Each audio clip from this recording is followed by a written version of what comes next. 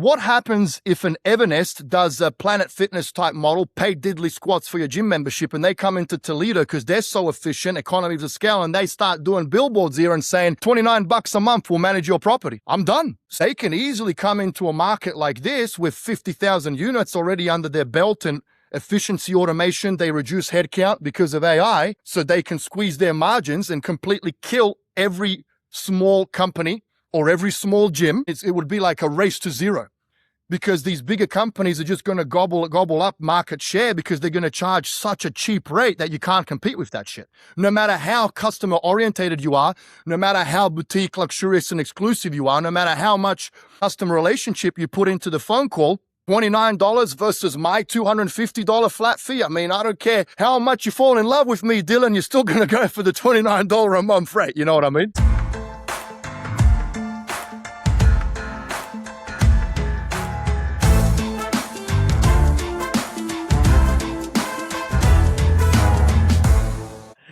Welcome to Unfiltered, the official podcast of PropertyManager.com. I am your host, Dylan Scroggins, joined by the man, the myth, the legend, Mr. Angelo Rumora, CEO and co-founder, Oz Realty Toledo.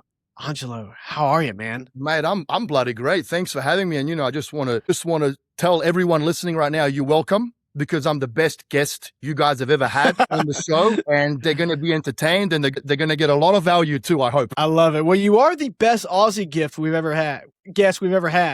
You're probably the only one you ever will have, mate, too.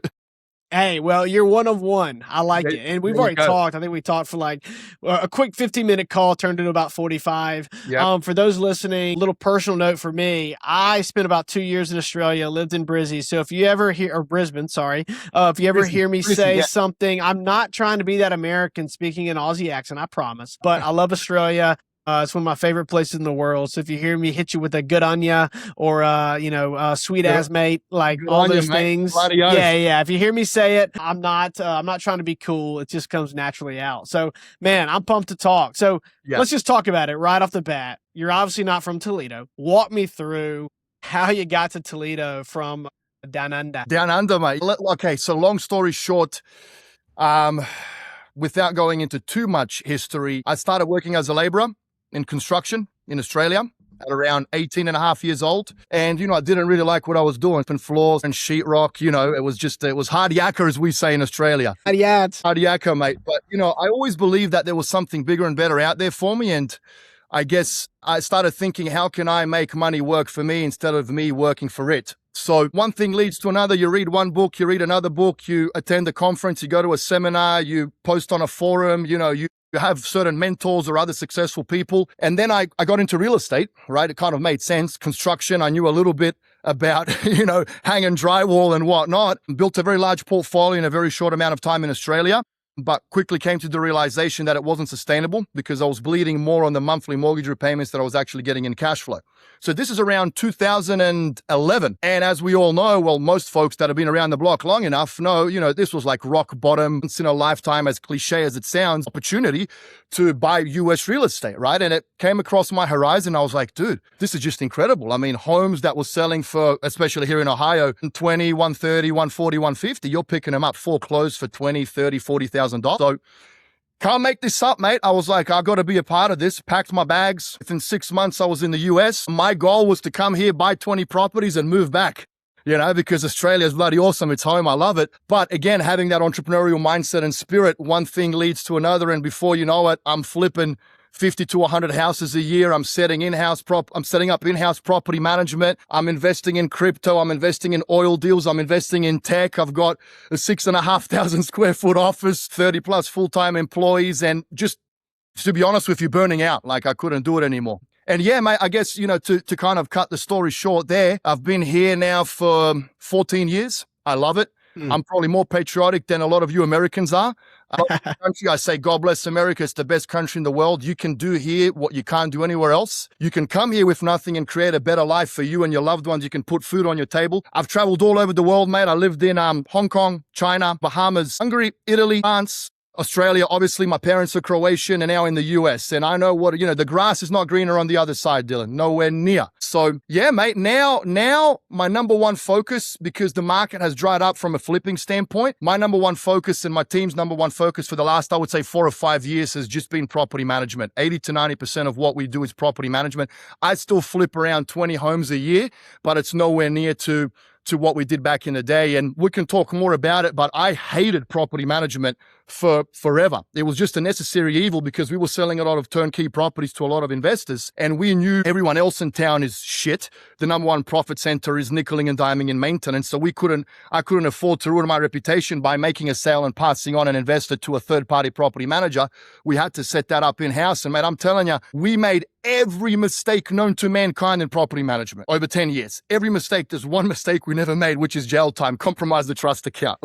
Never touched that, and I never would. Even though I think the statistics are like 70% of property management companies actually use the trust account for operating expenses. But anyway, maybe Todd Orfstad can tell us a little bit more about that. I'm sure he's got that data in his back pocket.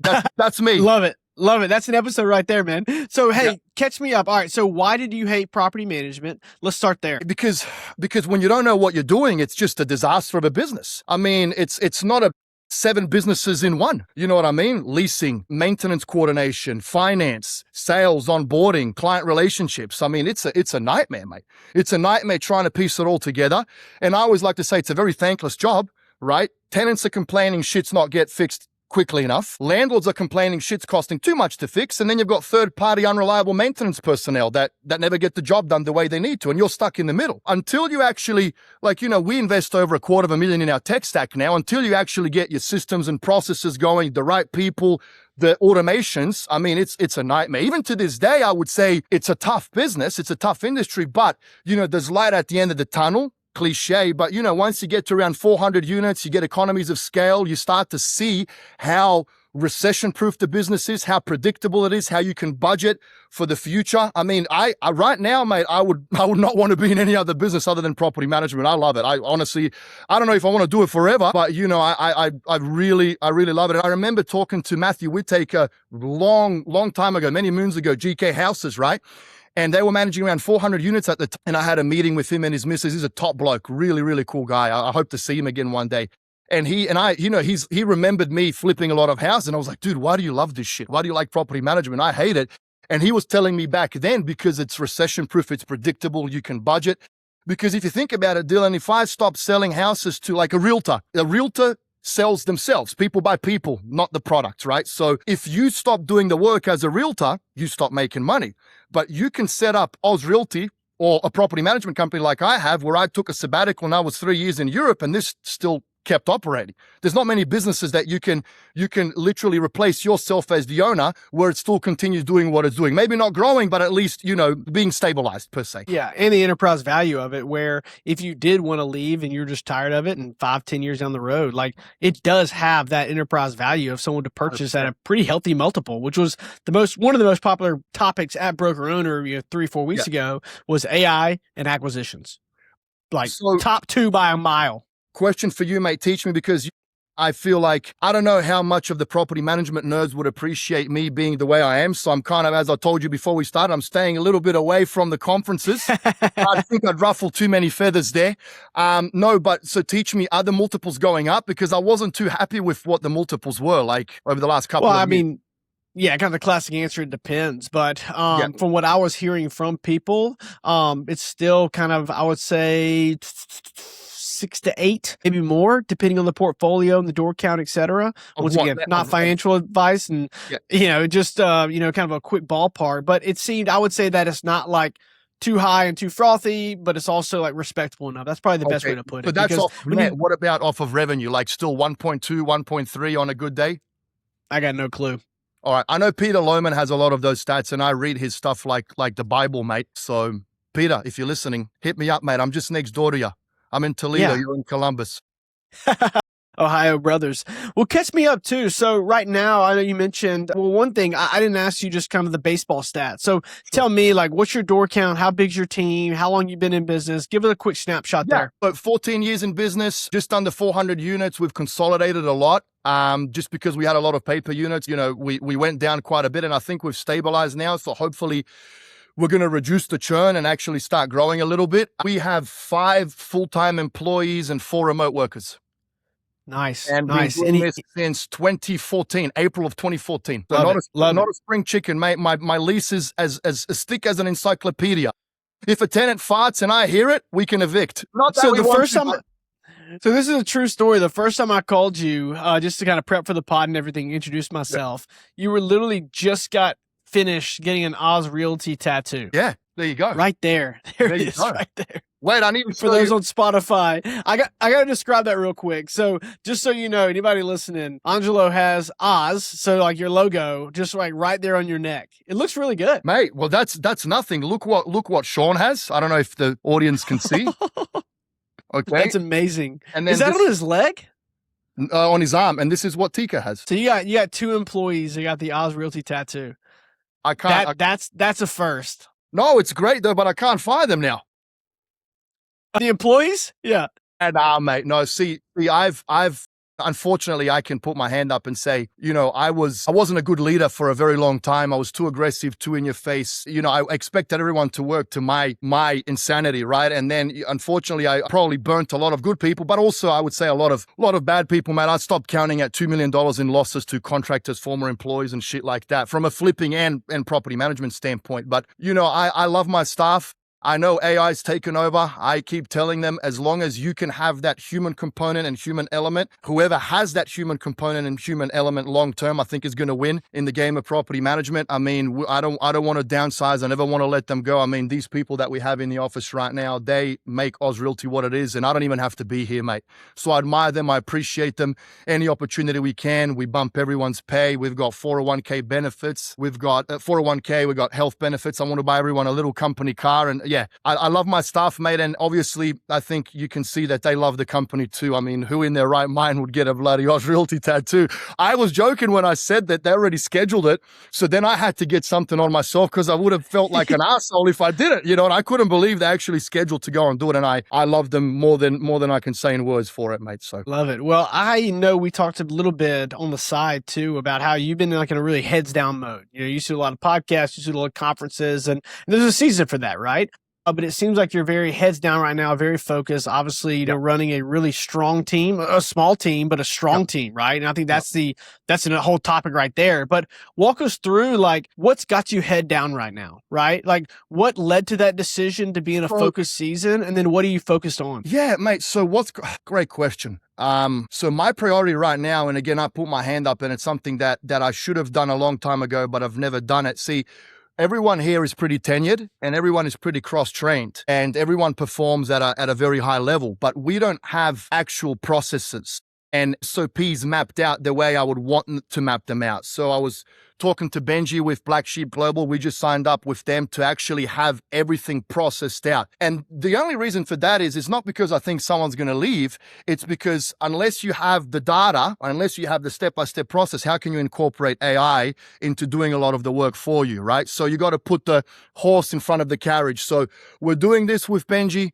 I'm hoping to have, not Todd Revolution 180 processes. I'm hoping to have around, 20 processes max. And then one of my good colleagues that I've invested in tech projects with, he's a software developer. I mean, I love the guy. He was making $250,000 a year deal, and now he's working at a cookie shop, baking cookies for $10 an hour. Like, it's mind-boggling, dude, but it's the truth. I'm going to get him to come on board and literally just vibe code the shit out of everything and make my staff just sit in the office and push buttons. That's the dream for us, to make us more efficient. That's my dream for them. So yeah, that's kind of, I guess, where my head is down at the moment. We got to get those SOPs done. We're dealing with a few other things now too. I mean, it's just never ending in property management. But if I want to look at the next 6 months to 12 months, we've consolidated a lot from a book of business standpoint. We're trying to minimize churn, but that comes with focusing on quality over quantity, right? And not having just people that are assholes join the company. So we're really siphoning through a lot of that stuff. Get the SOPs going, the process, and then get Evan to come on board, sit down with everyone and vibe code as much as he can, automate as much as he can, and all of that fun stuff.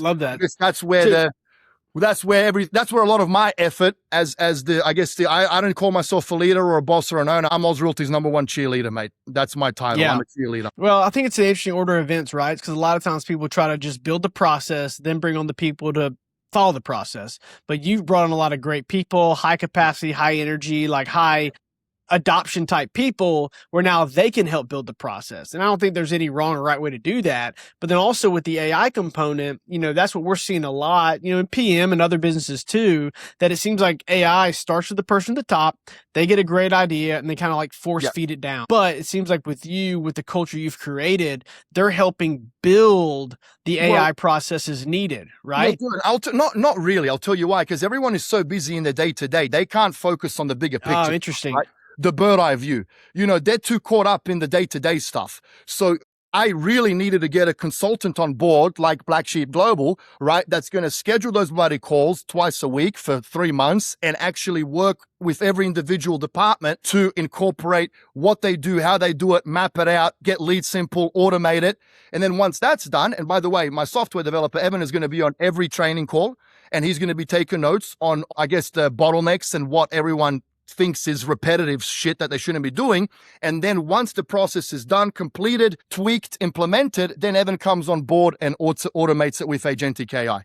So that's kind of the plan. But yeah, look, again, I love my team, but if we had, and I'm the first one that's going to put my hand up, dude, I suck at that shit, man. I'm not the rocket fuel book, right? I'm not a integrator. I'm a visionary. Like I quit school when I was 14, so I type like this, mate. Whenever I type on my laptop, I look like a teppanyaki chef. You know what I mean? Everyone's laughing at me like, what's going on here? Angelo's like finger pecking, So, it's good to get people on board that can actually keep us strict in implementing these processes. Because, dude, I feel embarrassed to say it, mate, 14 years in the business and I don't have a process. I mean, we're the #1 rated in Toledo.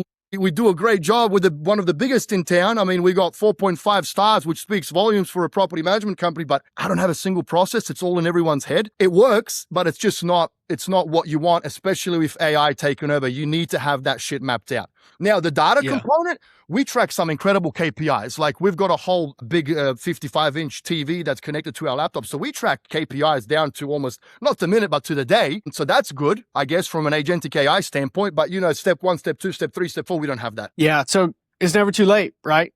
And I think also too, like you see these people doing this work, it's a little intimidating, right? Because it seems like their whole business is already run by AI agents, which we know is not the case. And good for them for figuring out early. But I do think that you figured out something early is brand. And we haven't actually talked about this a lot on the podcast. Let's be honest, some property management groups look like their logo was made in clip art in 1993. I'm looking at you. You got the jacket, you got the tat, you got even like for those listening at home, like you have your door painted purple because those are your colors. I should take it for a walk around the office. You know what? I'll do a little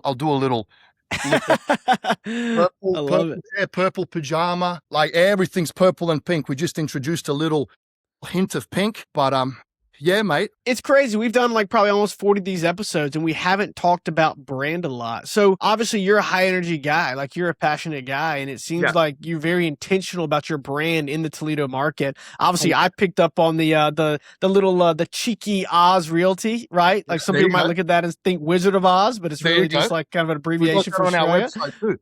No, mate. I mean, it's always. Just walk us through that kind of like intentionality, but also like how it's taken a life of its own. Yeah, look, I mean, if you're proud of what you do and you stand behind it, well, you want to wear it on your shoulder, on your heart. And that's as simple as that. Like you pick a color scheme, whatever floats your boat, you get creative with your marketing message. Look, I'm very controversial with my marketing message. It's not for everyone, but I've always thought that all publicity is good publicity as long as you stay remembered and people know who you are. But in general, I like to be very gray with my marketing and branding. And I'll give you an example, right? And forgive audience, forgive me, please. We got a little purple Chevy Spark, and Oz Realty has a flat fee diamond package, right? Where it's not your traditional 10% property management fee. It's the only of its kind in Toledo. So we're getting a blow-up doll on the side of the car from a branding standpoint, and it's going to say our diamond package will blow you away, right? So that's some of the edgy, controversial stuff that I've been doing forever with my former turnkey business and now with Oz Realty. So look, again, it just depends on what your personality and what your style is. As I probably mentioned, you know, a lot of folks in property management, they're very good at what they do from an operational standpoint, but they're also, a lot of them are introverts. So they're not like me, that's just out there flamboyant and is willing to take the risks from a branding standpoint and cop it on the chin if someone finds it offensive. But yeah, again, I'm always willing to push my boundaries when it comes to the brand. And from the bottom of my heart, if I do offend anyone, I truly am sorry, because that's not the intention. You want to be seen, you want to be remembered. And that's just the way that I try to be seen and remembered. Well, you're also a very relational guy. How have you been networking with real estate agents, other kind of real estate professionals in the area? So not just relying on the kind of more traditional brand with the marketing, the truck, et cetera, but like, what does relationship building look like in the local kind of smaller market? Nothing. I haven't been doing it. Yeah, I got so burnt out on going to the conferences and doing these types of interviews and meeting with people, shaking hands and kissing babies like a bloody president. I'm just behind the scenes, mate. I don't want to be seen. I don't want to talk anymore. I got burnt out. I'm kind of getting back into it now. Look, I've been in this market for so long, Dylan, right? So I have my go-to realtors. If I want to flip one of my homes or an existing landlord wants to exit a portfolio, it's just an email that Lana sends and boom, they're on it, right? But, you know, that's one thing where I think we could generate a lot more growth if I actually establish certain relationships with some high-performing agents here in town that could funnel leads to us, because Oz Realty just does property management. So we don't have an in-house maintenance, don't want the drama. We don't have a brokerage division where we have realtors, don't want the drama. We just want to focus on property management. That's it. Rent collection, distribution, maintenance, coordination, evictions, unfortunately. But again, mate, like, I encourage everyone listening, just Google Toledo property management. Like, we have completely monopolized SEO. Like, totally. New website just launched, spent 20 grand building it. As I mentioned, we work with Good Juju for the last 3 years. I mean, you can't beat me in SEO. It's just insane. We're always number one, no matter where you look. Chat, I was just looking at the stats today. Of the last 6 months, we have had 150 valid leads come through the website just through our CTA, right? Just through our CTA. And what else? You know, everyone's talking about AI, but Google is still the number one search engine, because last month, we've only had around 18 leads come through ChatGPT, Perplexity, Gemini. Everything else has just been through people calling through Google and trying to find out more about us and whatnot. So I love AI, don't get me wrong, but I still think, you know, that Google component is still very much mainstream for growing a property management company from an organic lead generation standpoint. Do you have a BDM, or are you all things biz dev? No, we've got a BDM. So we're set up in a way where we're departmentalized, right? Sean is the BDM. Jake, our remote worker, is the BDS. Lana does finance, office operations. Bex does maintenance coordination. JM is the maintenance coordination assistant. Martha does leasing. Martha's assistant is Lani. And Tika's at the front desk. And she has got her own KPIs where, you know, when someone calls, she tries to solve the problem herself. I think some statistic that we read was, what was it? If you can resolve 30% of all of the calls that come through without passing them on to another department, that's a very good metric. So that's kind of how we're set up. And then I'm a free roamer, mate. You know, I used to work in a former life. I used to get up at 5:30, mix Red Bull and coffee, walk up 2 flights of stairs because I lived in the basement. And then I worked from 6 a.m. till around 7 p.m., 6 days a week. And I did that for 8 years. Then stomach ulcers, kidney stones, panic attacks, anxiety, you have to decide, do I want to keep doing this or get my life back? So I stopped now. The team does not let me come into the office before 10 a.m. I cannot come here before 10 a.m., which I love them for it. But, you know, it's good because then I can kind of get my sleep and focus on my meditation, my prayer, and then slowly get going with my day. Yeah. You got a great team, man. Dude, I'm blessed, honestly. I mean, incredible. I'm just this crazy, bold, weird guy, but these people here are, you know, I don't like saying family, you know, it's like, yeah, family, you know, whatever. I said it. I dropped the F-bomb. You said I could say it once. I did it. I'm done. I'm not saying it anymore. Beep it out.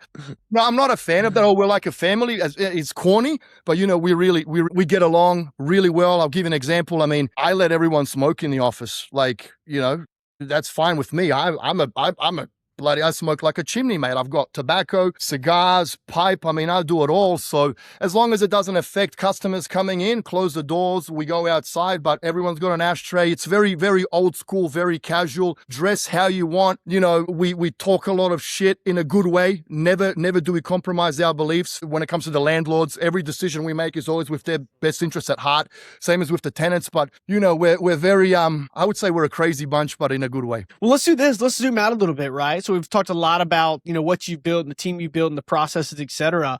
But zooming out to the industry as a whole, you love property management. You're all in on it now. Yeah. Like, what are some things that excite you and concern you about the industry at a national level that maybe you weren't thinking about when you started 14 years ago? Two things, mate. Two things. Number one, first thing that concerns me, first thing is with all of this agentic AI happening, and I know Peter Lohman just released a newsletter.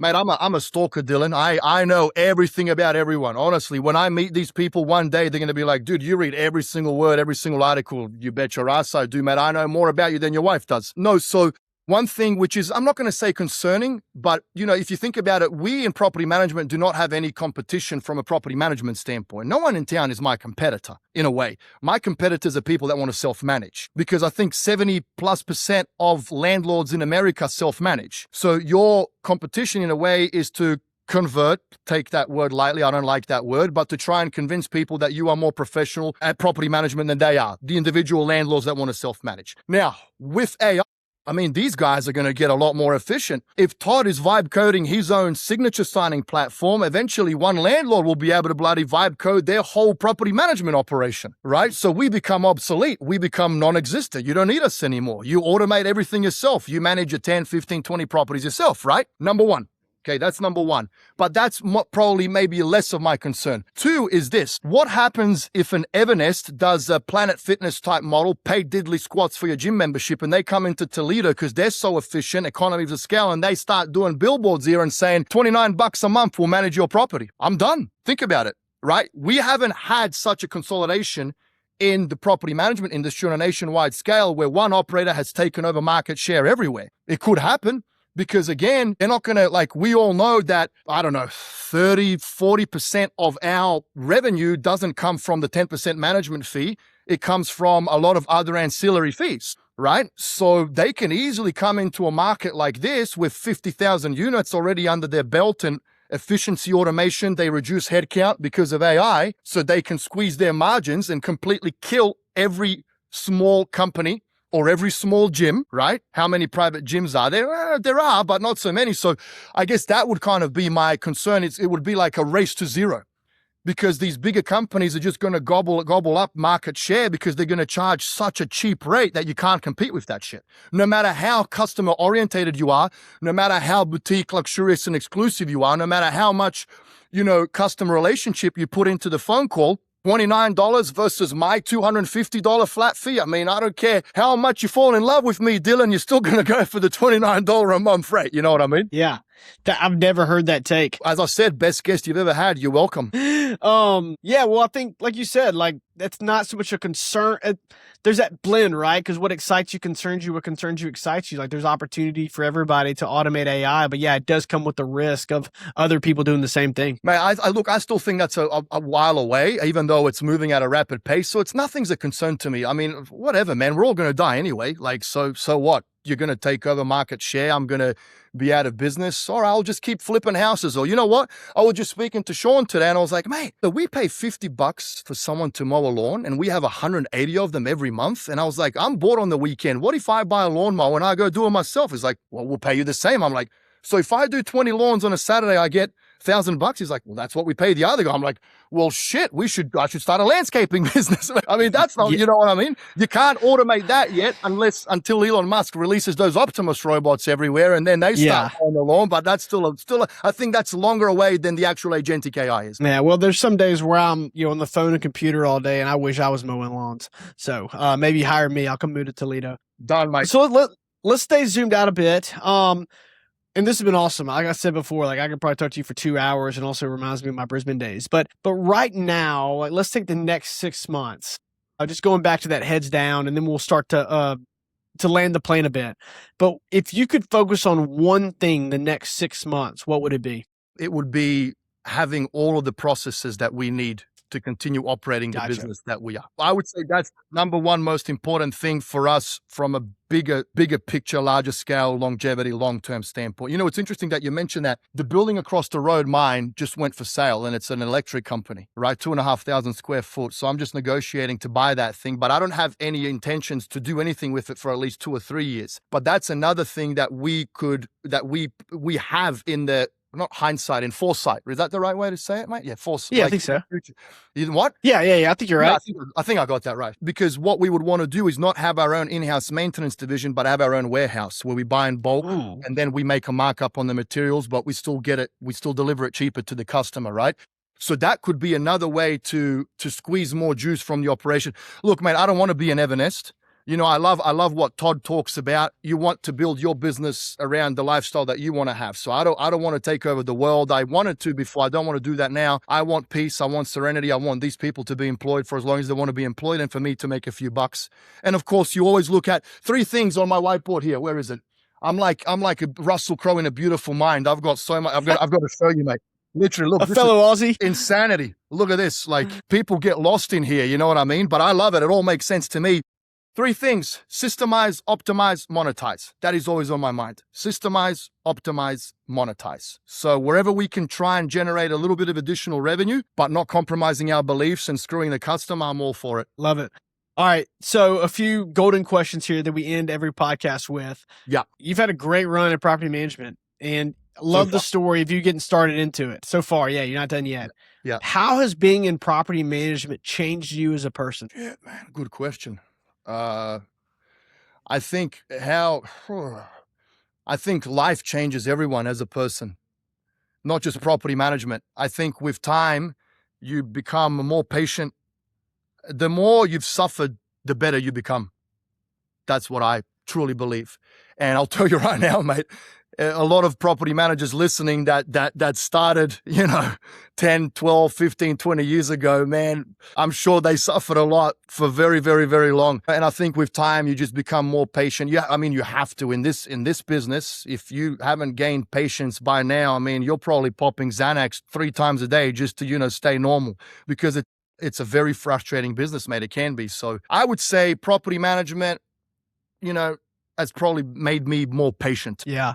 It's interesting. That's probably the most common response, or some variation of that we receive. Yeah. And granted, we're also talking to high performers who have the time to even do a podcast, who, have the presence that we even want them on the podcast, where it's like they're in the back end of that reflection is what I mean. Well, look, if you're telling me like I'm everyone else, let me change my answer then. Didn't make me more patient. It made me more merciless to people. Yeah, you're right. You're the anti-conformist. Yeah, I'm the black sheep, mate. You know what it made me? Before, I used to have a heart for someone not paying the rent on time. Now, when it's late, evict, because I was broke once upon a time, mate. But I'll tell you what, I couldn't afford to eat. I was eating peanut butter for breakfast and drinking $1 gas station coffees. But Dylan, I paid my bloody rent on the 1st of every month. Nah, that's a joke, mate. No, I think we're too lenient when it comes to that. We just literally, after reading something from Todd, rent's due on the 1st. It's late on the 2nd, and then you put a 3-day notice to pay or quit. We never did that. We gave people till the 5th, and then you give someone your hand, they want your entire arm. We've tightened that up now. Our new lease reflects rent's due on the 1st,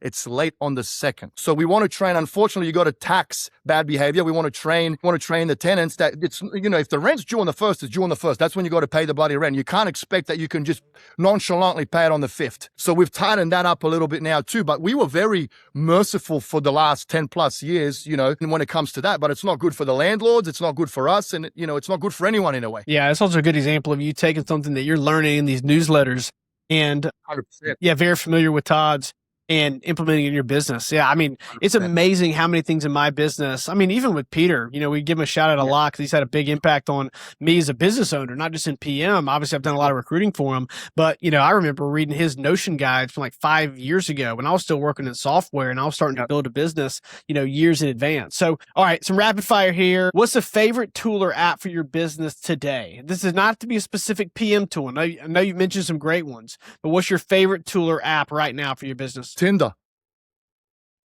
We've never gotten that one. Sorry, that's not what you meant? Oh, sorry. I'll take that back then. Favorite tool or app for the business? I mean, I would say Slack. We live in Slack. Especially with the remote staff.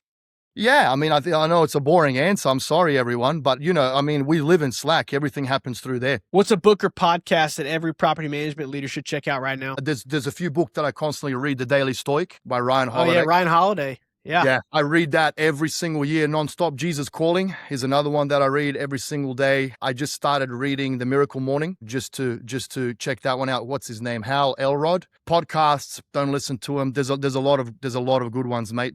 Except ours. Filtered. No, this one's great. Evanest kills it. Peter kills it. I don't know if does Todd have a podcast? Mark Brower, I love him. Again, I consume so much industry news. I love all of these guys. They're all great in their own respective ways. All doing something different. Yes. Yeah. Love it. All right. Last question. What's one word to describe the future of property management? One word to describe profitable. Love it. That's a good one. You got to have it. This has been awesome. If you're not profitable now, your shit's broken, and with everything that's going on, you should be even more profitable in the future. Yeah. Or you won't have any profit at all, and you won't be a business. This has been fun. You've exceeded the high expectations, man. Love the energy. Love what you're building in Toledo. I'm not going to get a tattoo anytime soon, but I do really appreciate the combo. What's that?